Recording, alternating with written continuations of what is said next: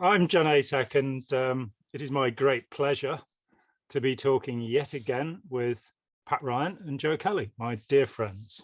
Hello, Thank Pat. you, John. Hey, hi, John. Thanks for having us again. Yes. It's always a pleasure to speak with you. Yeah, I really look forward to it, and I've missed you. It's been far too long. Yeah. So I keep personally coming back to the topic of mindfulness, and because both of you are seasoned meditators, I had my own time learning zazen and doing that, and then of course doing training routine 0. Yes. For 9 years. I have some concerns about mindfulness, which are not to say don't do it. It's to say know what you're doing and understand that there are some risks involved. So I think that it might be good to I mean, we did not practice what was called mindfulness. No. We practiced transcendental meditation, but at its essence, it is mindfulness. I think the TM organization would disagree with me on that point. Of course. But I interviewed a TM teacher. Because mindfulness can be taught by so many individuals, both in medical hospitals and spiritual professionals, as you would call them. Workshop trainings can end with a mindfulness exercise. So how it's defined and what its effect is on the individual, it sounds to us so much like meditation, the panacea, that we were promised back in the 70s. And words are different to describe it. And there were many forms of meditation that arose over those years. But you heard very little negative, if you will, about the effects of meditation. It could only always be good for all people all of the time. Yeah. And as far as I know, on this earth, there is nothing that can be said to be good for everyone all the time. Well, you can even have too much water and drown, you know. So you can.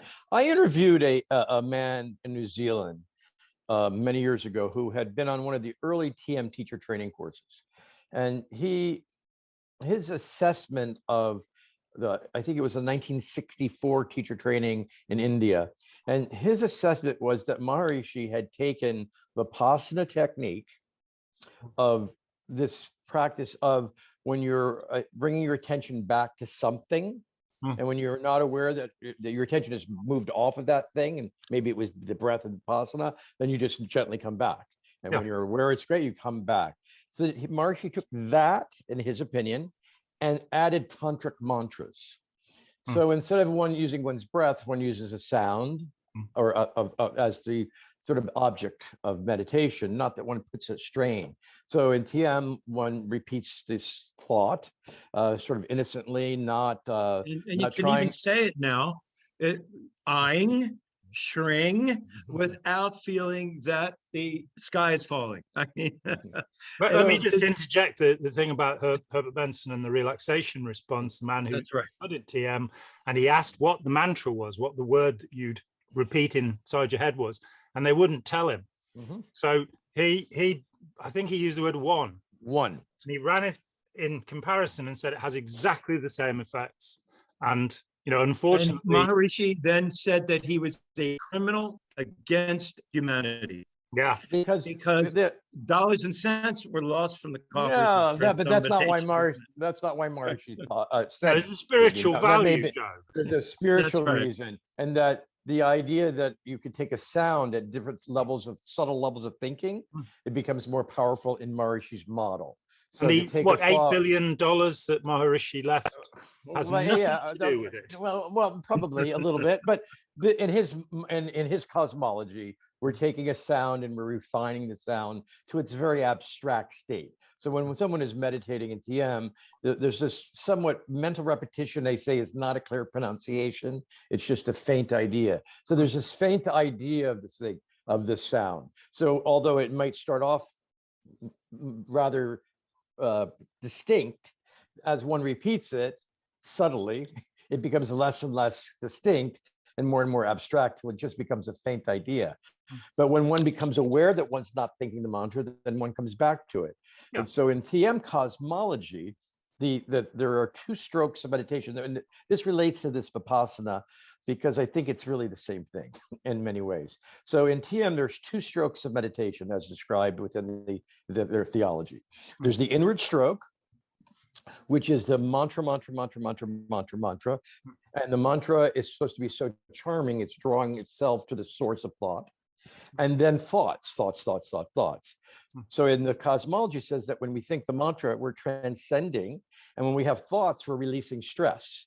And the intensity of the thought is indicative of the intensity of the stress that's being released. It's being released. So if one is having rage and headache or whatever that's so intense, these very overpowering thoughts, that is just the stress that's been released. This is the sign. So two strokes of meditation. So that's the cosmology, or that's the framework. And so it's essentially what Vipassana is, except he's given a reason why someone has thoughts.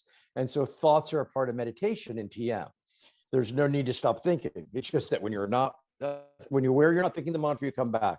So someone could sit to start meditating, think mantra, mantra, mantra, and then 10 minutes of thinking other things. Go, oh, I'm not thinking, and then they come back to the mantra.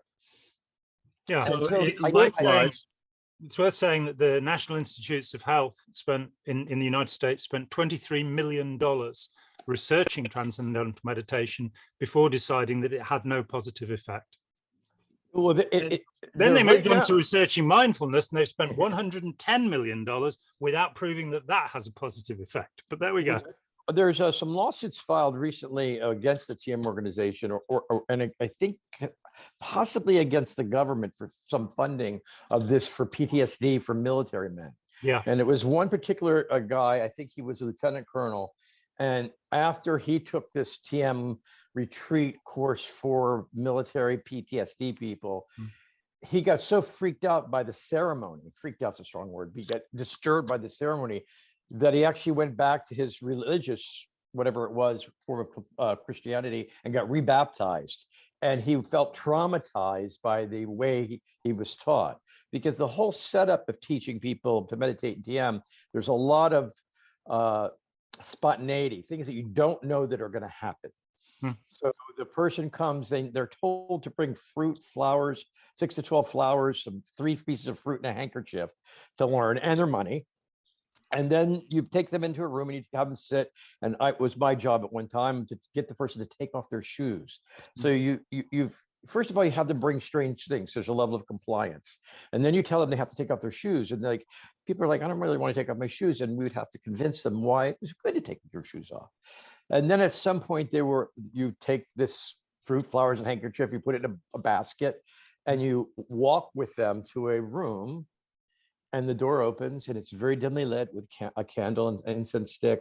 And there's 2 chairs, and there's very shiny objects. And this is like, they're not expecting any of this to happen. There's a picture of the guru on a altar, a little, a table that's set up as an altar. And it feels very secretive, mystical, charming. If you're not freaked out by the fact that you're being inducted into a form of Hinduism. But so when the person is brought into this room, very quickly the teacher just asks them a couple of questions and says something. The line is, what we learn in private, we keep in private. Yes, the person has to agree. The teacher asks them to stand, gives them a flower, and then the teacher starts singing the song and putting rice and incense and all these kinds of things on this tray. And this goes on for about 10 minutes, and it's very there's a lot of circular motions. It's a little bit hypnotic in itself. And the teacher all of a sudden looks at the student, makes a sweeping motion, and drops to their knees, encouraging the person to drop to their knees. Now, not everybody does. And then the teacher starts whispering the mantra from almost inaudible to more and more audible until the student, you say repeat. And then the student starts repeating. And then you get the person to sit, and you ask them just to keep on repeating quieter and more quietly. It's about 10 or 20 seconds in between each time you say something, until you say, now without moving lips or tongue. And that means to think it. But it's this very distinct way of bringing someone in. And then you let them think it for about a couple minutes. Then you say, this is transcendental meditation. And so it's a surprise from beginning to end. But the experiences people have are quite interesting when this happens. Yeah. So many people experience amazing effects. They feel relaxed. They feel this is like, oh, I've never felt so peaceful in my life. And other people, not so much. And so I would be there, and some people would start uncontrollably shaking. They would start hyperventilating. So different people had different experiences. And this is the same that you see with the with meditation, mindfulness, Yes. is that, hey, a lot of people do fine, but some people don't. So I think that the similarities of the way TM works and the similarities of the way that most mindfulness is taught is inherently similar. It takes me back to Margaret Singer's work and how she talked about the effect of meditation. Passive relaxation is not necessarily good for everyone. 40% of the people have negative effects, and we've known that now since the late 70s, that these negative effects are something that was never mentioned in the TM literature, or in fact, in any literature when talking about meditation. We're seeing the same kinds of effects arise in certain groups that are encouraging mindfulness. So it gives that number is startling. That 40%, which I've heard frequently over the last decades.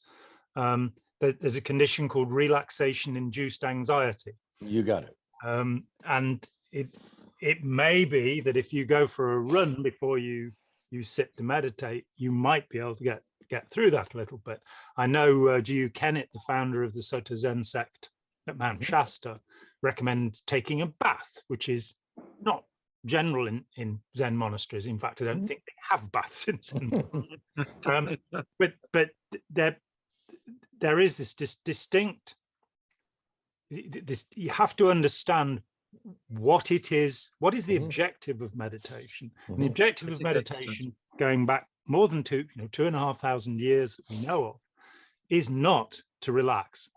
It's not to make you feel blissed out.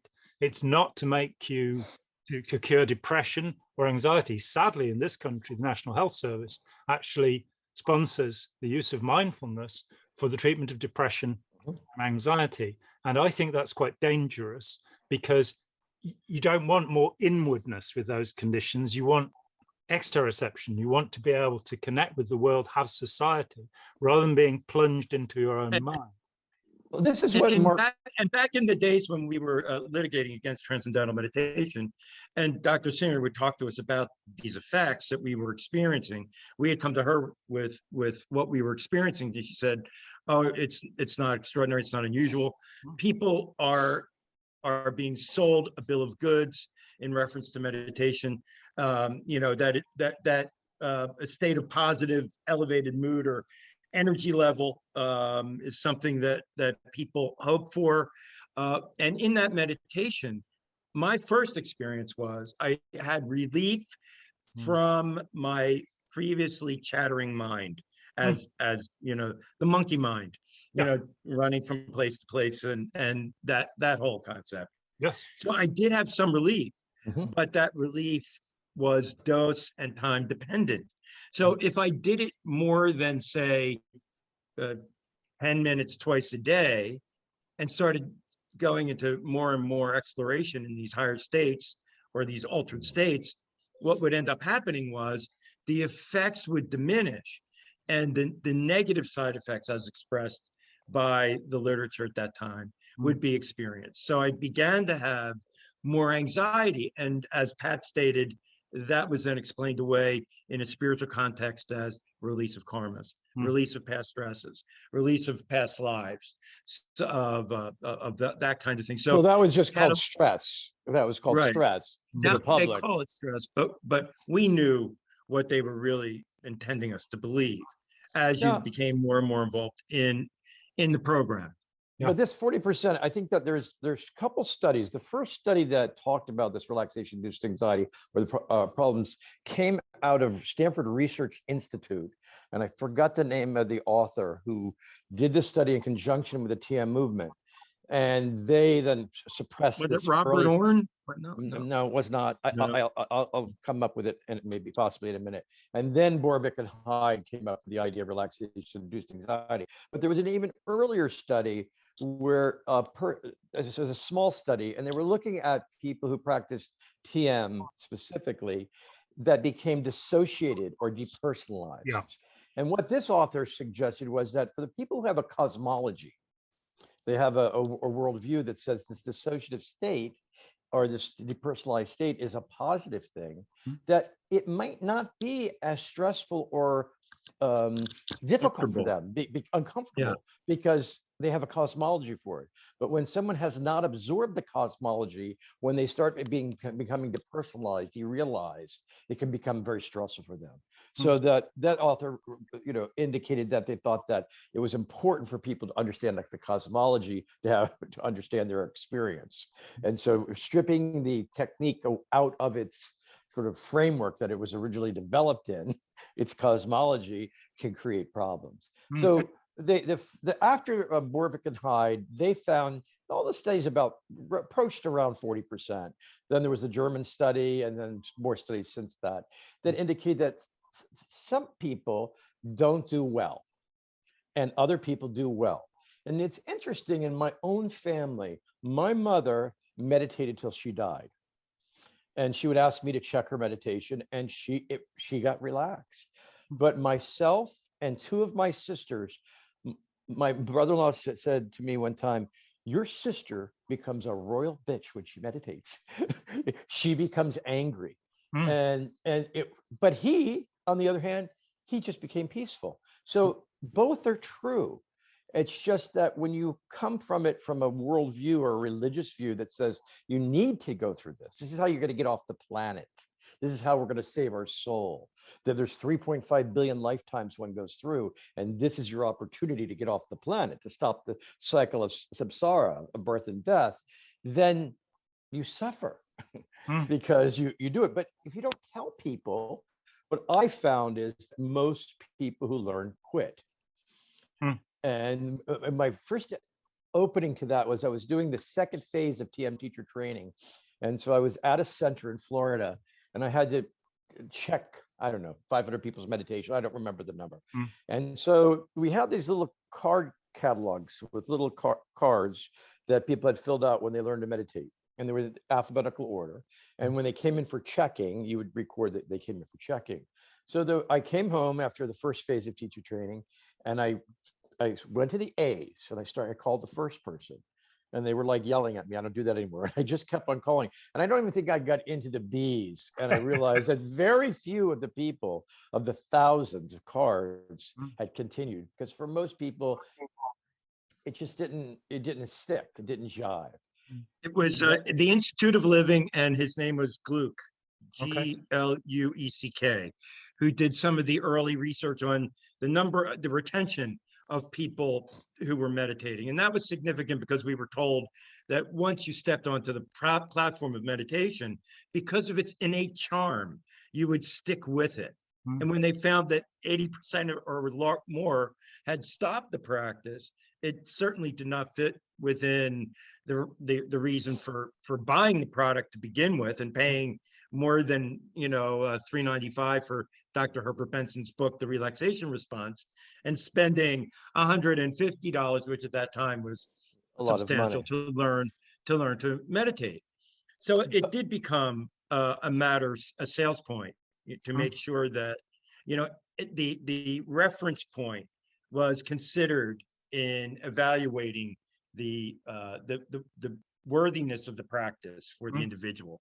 So could I come back to something sure. you said before, Pat, which I think is a fascinating insight, and something that perhaps hadn't clicked for me, and that is that meditation brings about a dissociated state. That's what tends to happen. You use the term depersonalization, which is a term used in psychiatry to mean that you feel as if you're outside of your body. You feel as you are not yourself. There's also the state called derealization, where the world around you, it's as if you're in a drug state fundamentally, and the world around you is melting and changing and moving around. Yes. And for some people, well, some people pay money to take drugs to have that experience, and other people are completely freaked out by that experience. So that the idea that dissociation is of itself a pleasant thing for some people and an unpleasant thing for others, I think it's a very key point to say that some people will react very badly to this, and other people may feel some benefit.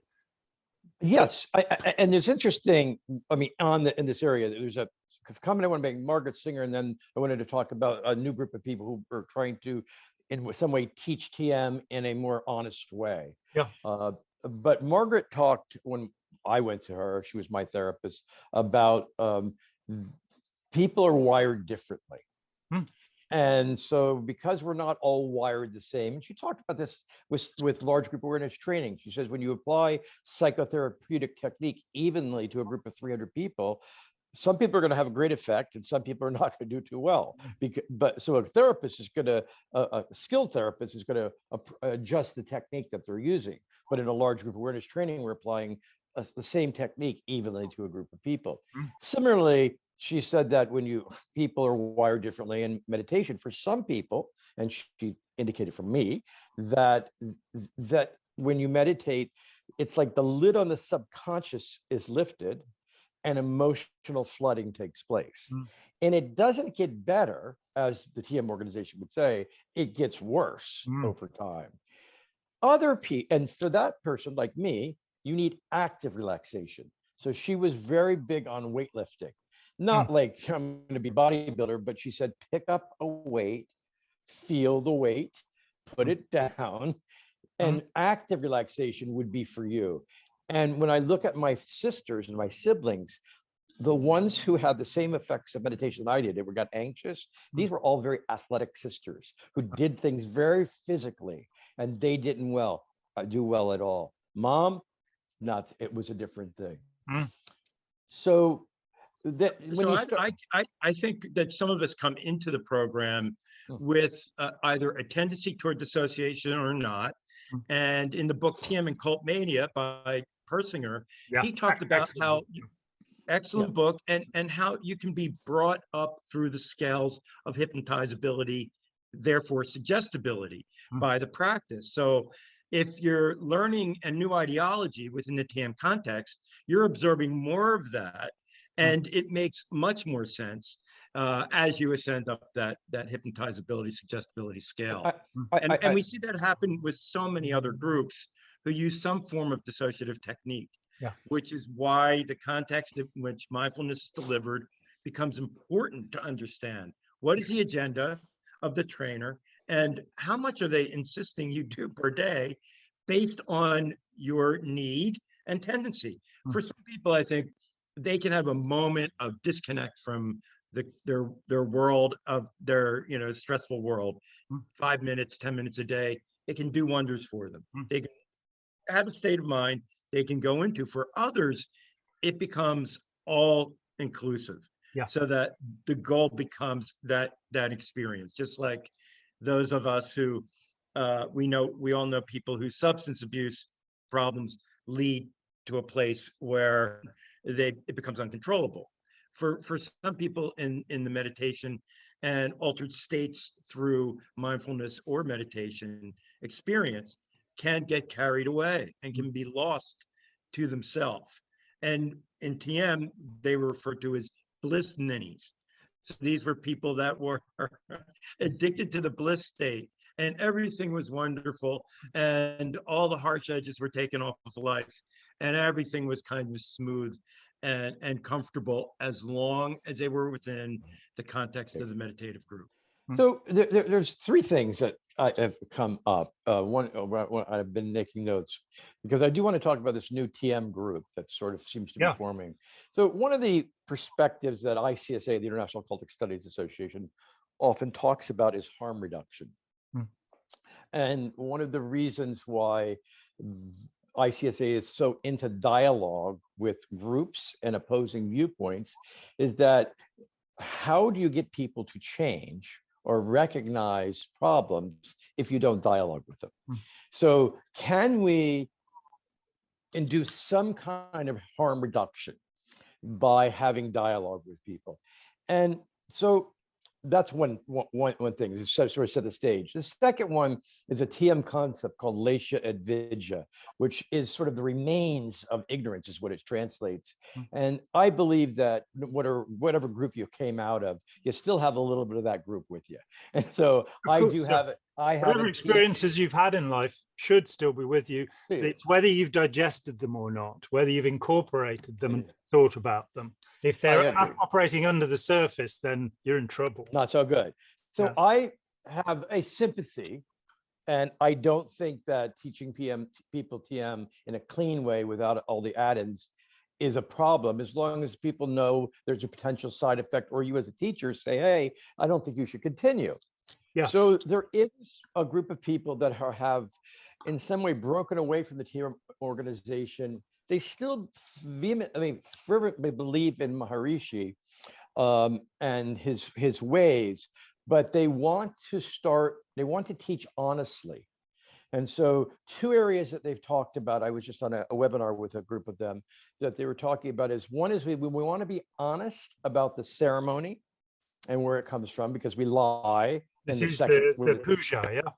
The puja, yeah. So in the second lecture, it's 7 steps of learning. The second step, when you tell people about the puja, you lie. You don't tell them, you tell them a story that's not real. And then you also tell them a lie about the mantra. So the 2 things these people wanted to address is, hey, we need to be honest about those things. What I want to support this group because these are people who've been teaching TM for 50 years. This is their life. They're 70 years old. Is this element that there are people that it's not good for? And if by dialogue they can recognize that for some people this isn't healthy, and they've recognized many cases where it's not healthy for some people, and it's just that they have to, I think, come into a cosmology, or change their cosmology a little bit of why. So for a Christian to say that belief in Jesus isn't good for some people, well, that ain't going to happen. And that's what it's like in these type of meditation groups. To tell someone that doing meditation isn't good for you is like it's an anathema. You can't. Jesus may not work for you. Yeah. To a person who believes being born again is the only way to fulfill God's plan for you. So I do want to emphasize that there are people that have been practicing these techniques for long periods of time, recognize that they deceived people, recognize that the organization has these qualities, yet they still in some way they believe in the ultimate thing, and for them it has worked. And we want to honor that it has worked for that group of people.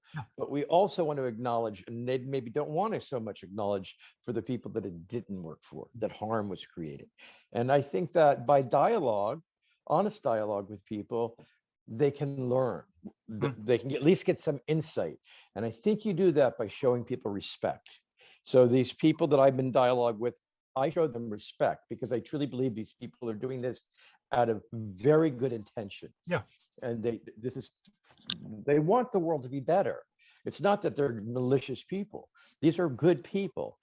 But they do want to be clearer with people, whereas the mainline TM organization is not truthful.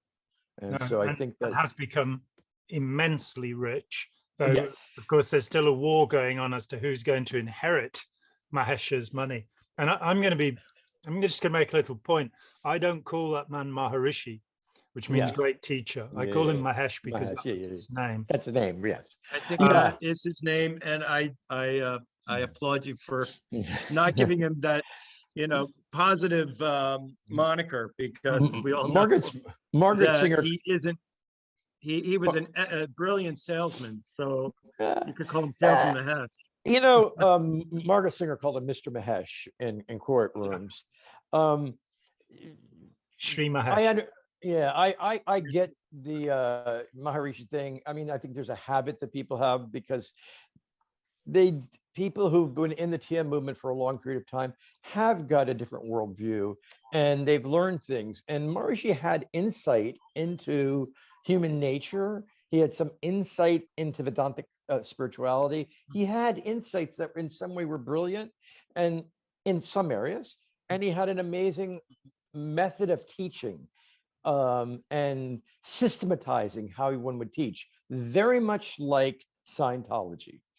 So I've been trying to get the earliest versions of the teaching instructions. So I've gotten back to the ones from 1964, which are very different than the teaching methods are now, because Maharishi made a reference to L. Ron Hubbard on teacher training. On TM teacher training, on the third phase, there's a point in the training where there's just videos. When he was alive, he would give it, but the video is called A Consideration of Other Systems. So at this point in teacher training, he wanted people to stand up and go to the microphone and ask about other systems of self-development. And then he would do an analysis of those systems and to show that YTM was correct and they were not correct. So I did yoga. There was nothing that, fit the standard of truth, TM spirituality. So, so someone stood up and said, Maharishi, about L. Ron Hubbard. And his response was, if L. Ron Hubbard was in the movement, the Age of Enlightenment would have dawned because of his organizational skills. There you go.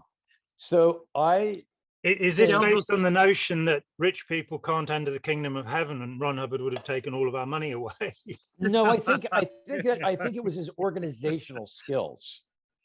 And so that brings up curiosity in me, because the instruction method and the whole process of teaching TM is memorized verbatim down to the lilts at the end of a sentence.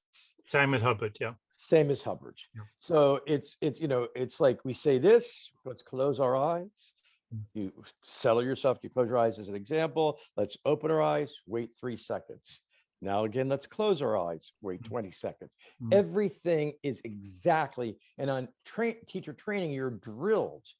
The instructions are 30 pages of verbatim notes that are memorized, and they have to be memorized perfectly and delivered perfectly. Yes. That this curiosity I have, and I've tried to reach out to some of the early teachers, many are deceased now. Where's your connection with Hubbard? Because it is so much like auditing, some of the auditing procedures and his complimentary statements about Hubbard. There may have been something at some time where there was some crossover. Could be, or like other groups, you have disciples who were in Scientology and then they tell Maharishi, this is what we did. And then maybe he modified. I don't know. But he was brilliant at systematizing a style of learning. Yeah. And for that, we want to get him credit. But I digressed onto... He was a brilliant con man. Well, he was. He was on a... this is somebody who went from nothing to starting university systems to, being with Nobel Prize winners he created a way of thinking that affected the West. We had Vivekananda in the 1880s or 1890s, then you had Yogananda come, and then Maharishi came. And these are some of the first people to bring Eastern thought to the West. So he had an impact on our society. Con man, not con man, an impact occurred. I'm not trying to minimize his harm, but there's one other thing, and that is about sensitivity, because we were talking about, so I just did my little harm reduction, the value of TM, that there are people who are interested in harm reduction. Yeah. And I think that we have to honor those people and respect them, because I agree. This is their religion, and they don't want it to hurt other people, and they want to be honest. So I want to give them credit for that. Yeah. One of the things that Dr. Singer talked about was the sensitivity, and this is some of the problems with mindfulness that people become. So the sensitivity of everything in your physiology. Some people feel pain, they feel fatigue, they feel their joints hurt. It's just all this intense sensitivity. So I talked to Dr. Singer about this, and she said that when you dissociate from one's body and then come back to body awareness, you become aware of all of these things that were going on all along. Yeah. So the example I would use, if I point out that maybe your shirt is a little tight around the waist or your shoes are tight, you might feel it because I'm bringing your attention to it. It was all going on all along, but you weren't aware of it because your attention was dissociated from those things. We can't be aware of everything all the time. So when someone practices a lot of meditation and then comes back to body awareness, they tend to be hypersensitive. And so you find people that are very fragile from practicing. And the promise is that you will become a better you. Your body will heal as a result of the practice. And when you come back to your body and your body is aching or you're anxious and you're not feeling the benefits that were proclaimed, it has to be something in you that needs to be, in the terms of some of our friends, routed out. It has to be something inside you that needs to be relieved. And that can be done through increasing amounts of meditation, mindfulness, or trainings that a group can offer. So this can be the gateway for people, mindfulness, into a whole system of belief. And this is what we have to be so aware of. What is the agenda of the trainers? What are the goals of the physicians or doctors by sending you to a life coach system, as opposed to a medical professional who understands the pros and cons, pluses and minuses of any of these practices?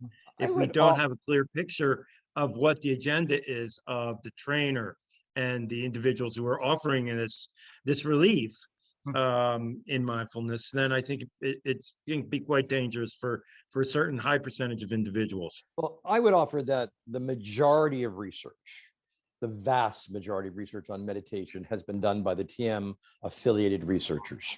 Yeah. You might not know their names, but they would have been professors when I was a student.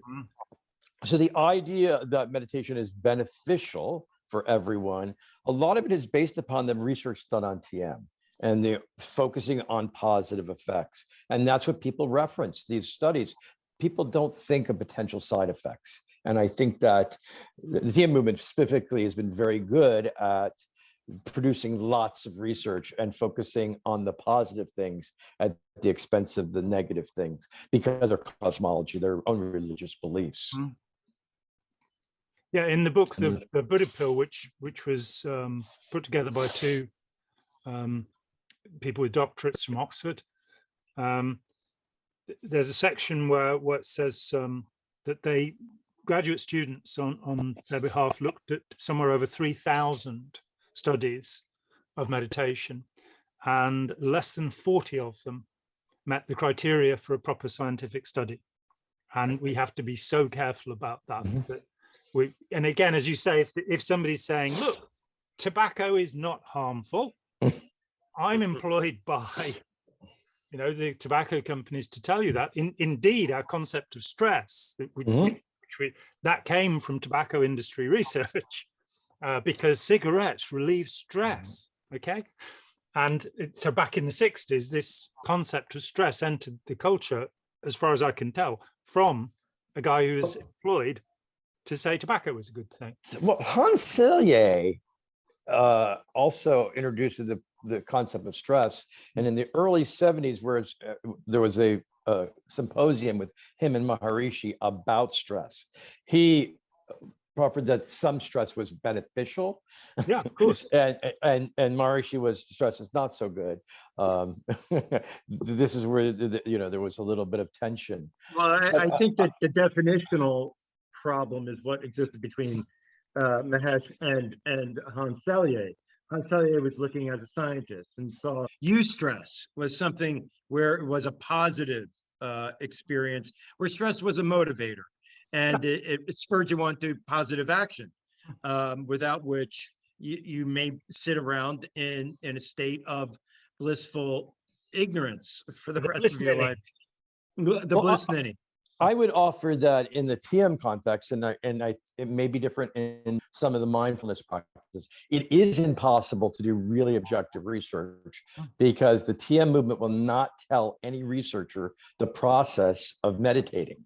So there is no research that has been done on using the word one by the TM movement, comparing it to Yang. There is no research on that. So there is no research that if I am a teacher and I give you a mantra, which is not the mantra I'm supposed to give you, that there's any difference in those effects. the instructional method, that doesn't exist. So recently there's people who have written to the government because they're funding these programs for vets. And they're saying, what are the technique? What is the process for teaching? How can you do this? And they don't know it because it's kept from them. So there's a big chunk of the learning process that really sets the stage for the experience people have. And without that context of the way it's taught, I don't think people have the experience. So TM uses terms like unbounded awareness, feeling expansion. So they use this in the instruction. So what do you feel? You feel unbounded awareness. You feel you're outside your body. So you start having terms to describe what some people might think is dissociation, depersonalization, derealization, but these are now framed in different terminology.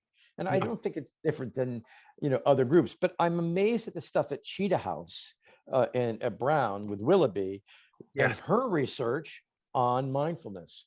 I had a conversation with her about, why she hadn't researched TM specifically. And she indicated, the TM organization is worth a lot of money and they have a lot of lawyers. Yep. And criticism is not necessarily something that they take lightly, especially in that world. Well, just on an autobiographical note, you and I first met in, I think, 1991. Yes. You were over in the UK and very graciously gave me an interview, a very useful interview. And I'd been commissioned by Collins Publishers, now HarperCollins, who at the time were the biggest publisher in the world, to write a book about TM because I'd written a book about Scientology. And I started doing interviews, and after about 6 months, I was doing other things as well, but after about 6 months and interviewing various people, I decided I most certainly did not want to write a book about transcendental meditation because I was already being harassed enough by Scientology. Yeah. It was that simple. I couldn't take on the burden. And I was shocked to find the damage and the dangers. I mean, along the way before that, in the early 80s, I had a one-man show in London at an art gallery there. And the proprietor was a hardcore TM meditator and most certainly the most anxious human being I've ever met in my life. And completely incompetent, in what she was doing. She was all over the place. But I also met a young woman who fractured her coccyx doing the hopping. Yep. And that's something you can't cure, and it's something that's awful in its effects. Yes. I met people who told me that there were, and I've read this on a number of occasions, there were people who'd pretty much abandoned their children and left them to run wild because they wanted to meditate 12 hours a day. And at that point, you are looking at an addictive state. You're no longer looking at something that's socially or personally healthy. And have no place for evaluating who the practice is good for and who might not benefit from it. They can't allow that in their sales routine, in their approach to people. So they can't allow for the truth to be told, which is why the group that's trying to mitigate and at least be honest about who they are and what their actions are real, where they are coming from, that this is really a form of Hinduism, that these are the names of gods, that this is an induction ceremony, the puja. It's not just something for the teacher, it's for the student. Everyone must participate if you're to learn the practice. If it was just for the teacher could do it separately and have you just walk in at the end. They give you a name and you can do that quietly, but it doesn't work that way. You must be a participant in the ceremony. So indeed, what's the reason behind that? And they've been able to play with the courts. Once again, in Chicago, Illinois, there's a lawsuit between the educational community, secondary schools, and the Transcendental Meditation movement, in that they were started teaching TM in the high schools. So this the lawsuit, the lawsuit is from the students who took it against the Chicago public schools and the TM movement. Okay. Because the students said they were forced to meditate and it was against their religion. So that's stopped in the school system. That's the lawsuit that's currently going on. Okay. But we do have to give credit to people who are interested in harm reduction and moving toward honesty. And I'm impressed with this group of people, even though I disagree with many of their points, but that would have me dialogue with them. And if they'll still talk to us, then it's probably okay. It's the point where people just become enraged or walk away and cannot discuss something they're so passionately, so fervently committed to it. Willoughby Britton's a very fascinating person, a very fascinating example, because she is a mindfulness meditator. Miguel Farias, the co-author of the Buddha Pill, is a mindfulness meditator. Yep. But in both of their cases, they've realized that there can be certain, you have to have boundaries and you have to understand what you're dealing with. So while they would both probably still advocate the use of, I'm going to call it meditation, because the mindfulness coloring book and things like that, there's such a wide range of things in here. Willoughby Britton, of course, her first study was she believed she could show that mindfulness had a benefit upon sleep. Yep. And so what she found, to her horror, was that in fact her control group, who did not do mindfulness, had more deep sleep and woke less often than mindfulness meditators. So there was obviously something that that wasn't really working properly. I think there's another problem, which is that mindfulness has become where transcendental meditation was a kind of patented TM trademarked group. Mindfulness has gone out into the public arena. So groups like, say, the New Kadampa tradition. I've interviewed Michelle Haslam, who's a double PhD in psychology, was involved with them, and was really shocked by what she had to say about this group. Incidences of rape, incidences of homeless people being taken in and taken over, and of course their violent opposition to the Dalai Lama. And I have questions about the Dalai Lama too, but I would agree. Yeah, it's a lot to swallow. Yeah. Well, I mean, when you talk about the Dalai Lama, and we're digressing a bit, but we had a case that we worked on, and there was a particular Buddhist teacher that got the attention of the Dalai Lama. His followers had a lot of money and sponsored the Dalai Lama's brother to come to stay with them on Martha's Vineyard, give a speech. And that man, that teacher, I'm not going to mention his name, viciously raped his female followers. This was part of his thing. There's been many lawsuits against him. So the Dalai Lama's brother, at least, was aware that this was happening, yet he continued to accept money from these people. So this brings into question for me the Dalai Lama. Now, I see him much more as a political figure than a spiritual figure. Yes. And so if you're looking at it from a political point of view and you're trying to save your culture, you might put up with something that otherwise you wouldn't do. He took $2 million from Keith Raniere at Nexium, as the vow shows. Yes. Yes. Thoroughly there. He also, of course, famously, there's a photograph of him with Osahara, the head of Aum Shinrikyo. And I agree with you. He is the reincarnated king of the Tibetan people and is trying to look after them. I think, on the other hand, he's done some, and we won't stay with this subject for now, but he's done some very good things. He said some very positive things. So when he said to the Buddhist community, if any aspect of Buddhism was scientifically disproven, I would reject it, there was tremendous alarm through the community. But that was a very pragmatic and realistic thing. He's also said that he's realized that he's the same as everybody else. He's a human being.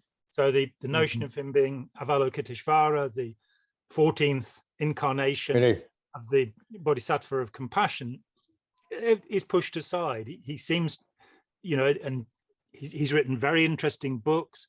But yes, there's that problem that he has to represent the people and make compromises so that they have enough money to live. So both are true. Samsara. Both are true. Yeah. Yes. And I think that this is the case in the mindfulness world, the meditation world. It's not either or, one or the other. It's a multifaceted thing. All kinds of things are true for different people because we're all different. And to not respect that the differences that we have, then we would all just be the same. And we're not. we're wired differently. Unless, of course, we're fans of Life of Brian, in which case, where it is put, you are all different. There is one of them that says, I'm not. You're all different. Yes, we are all different. I'm not. I came across great philosophical statement. I came across a video the other day that I've been looking for a long time, and it was an interview with me about 3 years after I stopped meditating. And we labeled the video Spiritual Botox because I'm an animated person. And I will send you a link to the video so you can please do. Virtually nothing moves except for my lips, like almost like clutch cargo. And I gave a number of talks with Michael Langoni, and he would say, put on that video tape just to talk about what it looks like when someone's dissociated. And no one could make the connection. It was me, ever. Wow. Because it's such a different person. When I practice a passive relaxation technique like TM, I get anxious, I get irritable, I get very fidgety, I get very uncomfortable. When I was in the movement, because I went on these, what I refer to as thought reform camps, these forced academy, I came to believe that when I had those adverse symptoms, they told me I was releasing stress from the current and past lives, and the only way I was going to get through that is to continue to meditate. So you sort of get in this circular logic, you get stuck in it. You know, you meditate, you get adverse effects. The adverse effects are described as you're releasing stress. The only way you're going to be able to get through these adverse effects is to continue meditating, and the more you meditate, the more adverse effects, and you get stuck in the circle. So I was an animated person. I became very still, somehow suppressed, somehow dissociated, realized, and then slowly I became back to myself. And the interesting thing is you were at an ex-members conference 2 years after leaving TM, and still when asked to recount your experiences in the organization, it was as if a pall came over him and he changed, his affect changed, his approach changed, the words he used to describe the path, if you will, were almost those of a member. Yet he had distanced himself, was already working independently as an exit counselor at that point. And still, when pressed on the experience, the experience came back. And you can see that reflected in the video. Very interesting. I'll send you a link because that phase is long gone. Yeah. I mean, it's something that we see with people who've been in any group, of course, in dealing with hundreds and hundreds of Scientologists over the years. You can see people floating back into that part of their personality, the identity that is the group. And I guess we all do it to some extent. We have associated and dissociated memory. Where the word dissociation means something quite different, that an associated memory is where we will feel. And so traumatic memories, PTSD, is associated memory, where you still have the feelings from that time in the past. Whereas a dissociated or dispassionate memory is one where you can look back at it. And I think we often do it. I think when we're able to laugh at or find the funny side of the dreadful experiences we've had, that it's indicative either that on the one hand, we don't want to think about it and have run away from it completely, or much better that we have incorporated those experiences and we're no longer triggered, we're no longer stimulated by those. I'm still stimulated when I recall the time that as followers of Swami Prakashanand, the second group I was involved in after TM, which was Raganuga Bhakti. We were devotees of Radha Krishna, and we saw ourselves as gopis. That there exists. Oh my God! There's a string of language. What's a gopi? Something gopi somewhere. Or?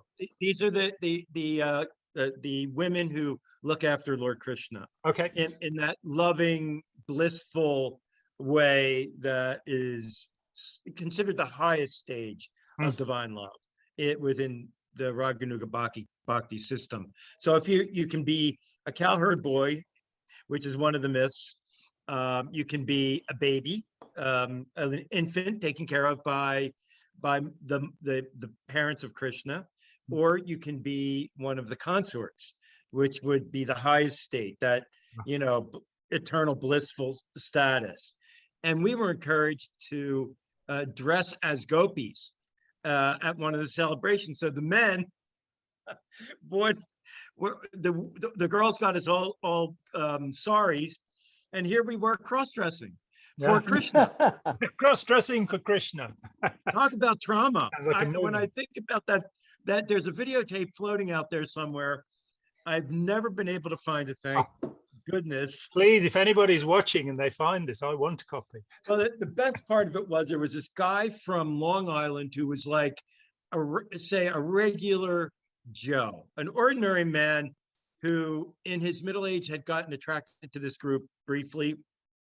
And he ended up coming down the steps, rambling down the staircase and saying, "Hello, Krishna, I love you," kind of like, good old boy. And the whole group just burst into hilarity, laughter. At that point, we were all reined back in by Guru, who said, there's nothing to laugh about here. This is the love of God. So we were taught, as in many groups, what would be the proper way to express oneself in that setting. So it wasn't just a matter of, expressing one's love for Krishna. It was in a very codified methodology. And that's what we see in most of the groups we're looking at. We're looking at the different codes of behavior that are associated with the practices, depending on if it's, mindfulness, if it's meditative path, if it's a Buddhist path. What you will experience and see along the way are things that are only allowed within the approved theology. The demand for purity. If you move outside that, you've done it wrong.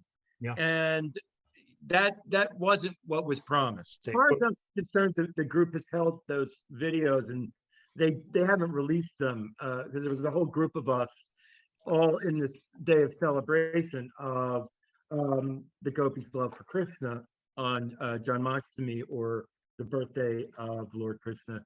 This is how he chose to have us celebrate it.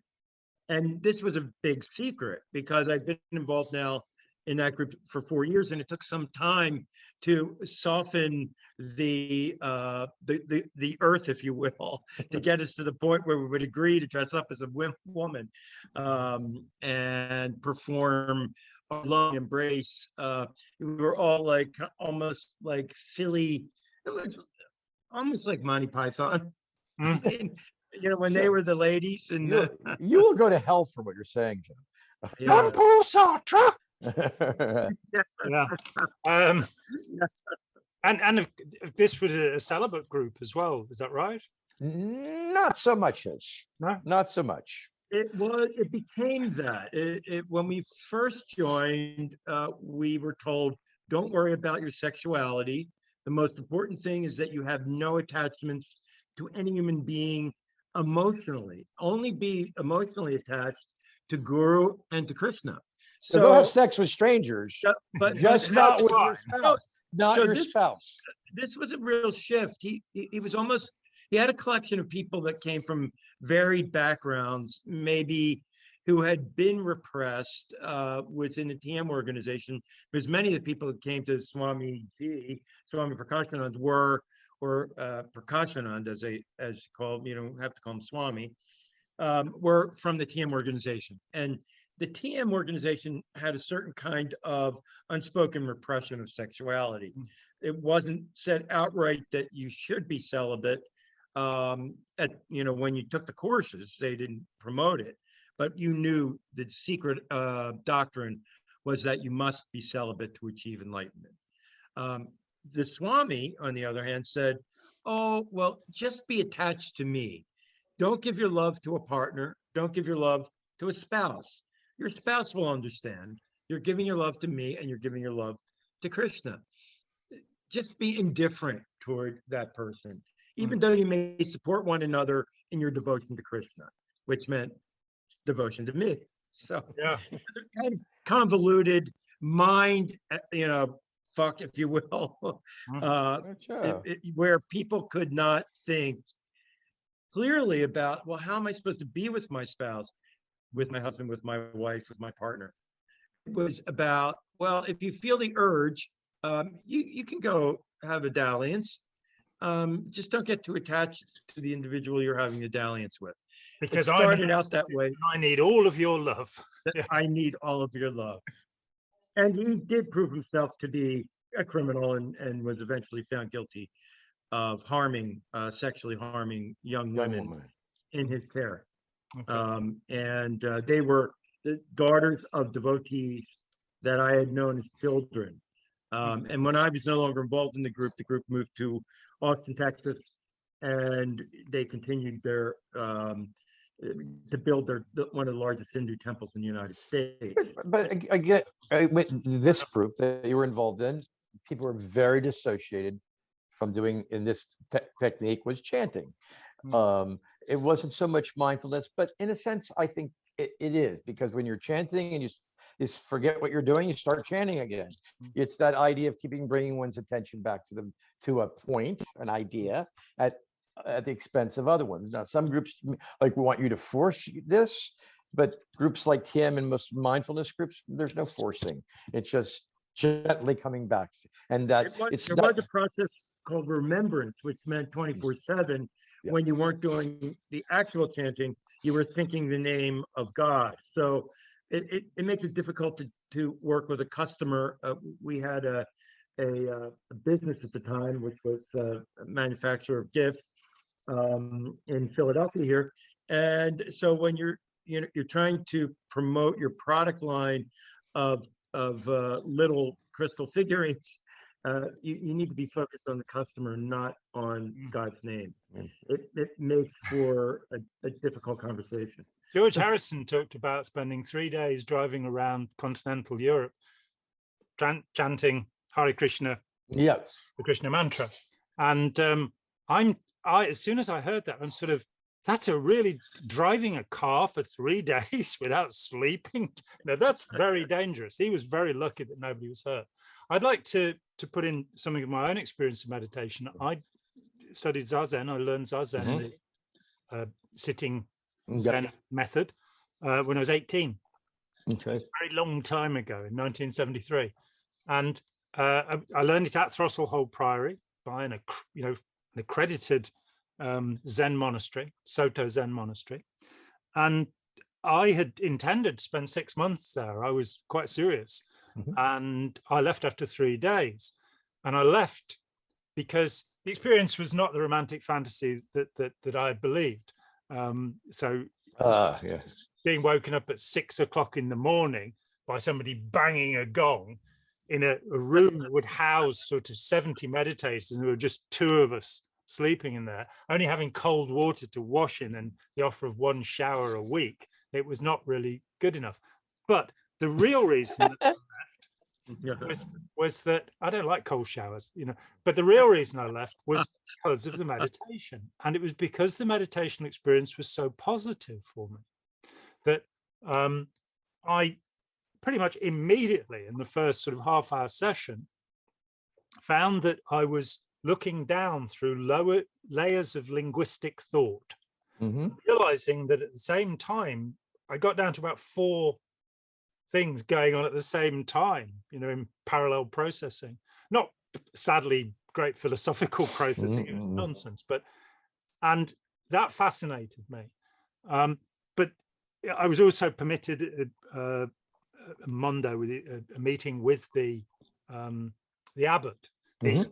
Just as a side note, if you go to Throssell Priory's website, speaking about honesty, they claim that their first abbot was somebody else, because this guy defected. He'd grown up as Theravadian Buddhist in Scotland, and he then defected to the Tibetans. So he is Daiji Strathern. He's been wiped from the public record. Exactly, down the memory hole. Sanitized. Yeah. Stalinist technique. But did that introduce you to meditation for the first time? Was that your introduction? Yes. At the Zen monastery. Yes. Yeah. And I'd been reading about Zen Buddhism and but that was the first training I had in meditation. And I for a year then meditated. My meditation was upgraded. When I moved down to Cornwall, there was a teacher accredited by the monastery there. I went to 2 meetings with him. And the method is basically breathing on the wheel, where you just breathe deeply and slowly. You have the pot meditation where you're filling the pot of your lungs with air. And it was interesting. It was perhaps useful, but the insight that it had given to me about the discursive mind, the monkey mind, as you say, the idea of all of these thoughts wandering around in my head, I think that was a tremendously useful thing to experience. But it didn't get any better over the years. Right. Change, I was just aware of it. Over the years, through Scientology, you have training routine 0, where you sit and look at the person. I think in Hindu literature, Sanskrit literature, it's called Tratak. Yes. Rajneesh used to teach it. And, a Scientologist I talked to said they will wipe out anybody that uses their techniques. So watch out, all Hindus. Scientology's after you. Because you're squirrels. Their idea. But I found, when I left Scientology, I returned to meditation, and I meditated for a long time after that. But my meditation changed, because it seemed to me there was a problem in meditation, which was, yes, you are looking at the monkey mind and focusing your attention, your concentration, and coming back. But the problem is, in doing that, you are entering an altered state most often, and you'll feel euphoric, maybe you'll feel blissful, all of this sort of stuff, but you might well turn into a bliss ninny. There's a lovely phrase in the German countercult world, which is ausgeblist. And sadly, it didn't catch on, but I really like that word. Where blissed out. I like it. I like the sound of it. Yeah, it sounds wonderful, doesn't it? Yeah. But what you described, sorry. I could just. It won't be very long. I promise. No, I'm sorry. That's quite all right. What I found was that firstly, I needed a position to be in, and I found that lying down on a mattress with 3 pillows underneath my knees and 1 pillow under my head meant that I could lie there for a long time. But I then needed something to focus on, and I found, these meditations were basically fixating. They were inducing hypnoid states, and I didn't want that. So I found that by putting on very gentle music, which gave me something that was moving, and bring my attention back to that music by having a painting, admittedly one of my own paintings, because I had to look at them sometime. I could bring my attention back to those things. And I found it so much more useful than chanting a mantra or, That shows your own independent thought and creativity in developing your own practice. This we hear rarely, that you have to stay within the context of the ideology. You've moved outside that now. You've created your own practice that you found to be most helpful. And I think the most useful thing was breathing slowly and deeply. Just that, which I do on a daily. When I wake up and when I go to sleep for a few minutes, I breathe very fully. I don't retain the breath. I just, and it helps. It helps your digestion. It calms you down. It probably lowers your cortisol levels a little bit. And for me, that's the benefit would be the benefit of mindfulness. Put everything else aside. Learn how to breathe a bit more deeply and systematically. Yeah, but I think you learned, you got a knack at going into these states, and I think that's what people that are experienced meditators, they just learn this knack of going into that state, and it's pretty easy to go into it anytime you want. And so there's useful states are not necessarily higher states. The group tries to present that as the higher state, preferred state of human existence. The dissociative state in some groups are encouraged. The dissociative state is useful to the group only so long as it keeps you focused on the goals of the group. If it makes you too spaced out and you're not being effective in your required tasks for the guru, then forget about it. You have to change up. I think that there's also a usefulness of this knack. If you're in pain, you're uncomfortable, things are going on in your body, you're in the hospital, whatever, and you can unhook from that just because you have a skill that you learn, Yes, that's beneficial. I absolutely agree. And also in terms of dealing with pain, because that was part of the problem I was dealing with. And I'm happy to say that this many years later, I no longer experience that pain. But because of being threatened and harassed on a daily basis for 16 years by Scientologists, I found, that your muscles are clenched. Your whole system is clenched. And by learning to breathe deeply and learning to put your mind onto something other than the things that are stressing you out, that was very useful. Thankfully, the harassment, they're rather busy with other things. It was before the internet and safety in numbers. There was John Atack, and he's not far from wrong. There were a few. We heard of you. Yep. Yeah. Well, I remember before we jokingly called the interweb, being an old person, the first exploration of it was with something called CompuServe. And to communicate, it was like \y John +, hi, how you doing, / whatever it was. And then there was this thing called the web, and I remember it was a hyperlink sentence, and I'm like, well, what useful is this? This makes no sense. And as soon as it started blossoming, I remember speaking to the Whitfields and saying, things are going to be very different now, because this becomes something you can't control. Alt religion Scientology was born in about 1993, and everything changed. Everything changed. And so, there's that thing that we have about caveat emptor, buyer beware.